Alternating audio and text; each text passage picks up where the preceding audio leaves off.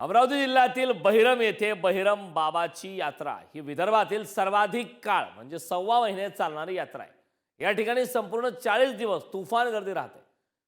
मातीच्या हंडीतील मटण खाण्यासाठी खवय्यांची या ठिकाणी गर्दी होते।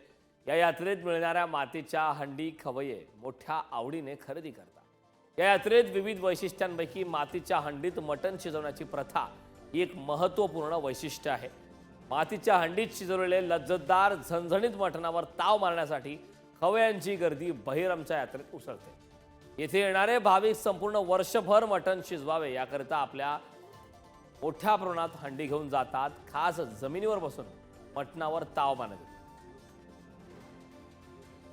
खास बहिरमच्या यात्रेमध्ये मटण रोडगा हंडी खायसाठी आलेलो आहे आणि आमचे जावई आहे तिथं ठाणेदार म्हणून त्यांनी आम्हाला खास इथं बोलवलं आहे।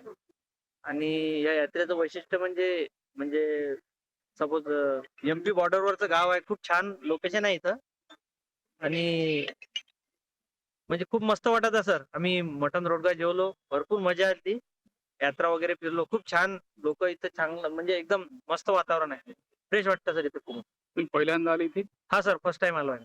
वैशिष्ट्य असं आहे की या पाण्यामध्ये क्षार आहे। पाणी इथलं चेक करायला गेलं होतं आणि या पाण्यामध्ये क्षार नव्हते, म्हणून मटण लवकर बॉईल होते आणि त्या मटणाला चव येते। मसाला नको आहे। ग्राहकांचा आणि लोकांचा कसा प्रसिद्ध झाला? तर ते ग्राहकांचा आणि लोकांचा प्रसिद्ध असं झाला की आमचे भैरम बाबा जे होते पहिले आधी ते मारुती बा होते। मारुतीचे आपण इथं लोक नॉनव्हेज खातात म्हणून त्यांना पाण्यात क्षार नाही, काल भैरव बनवलं।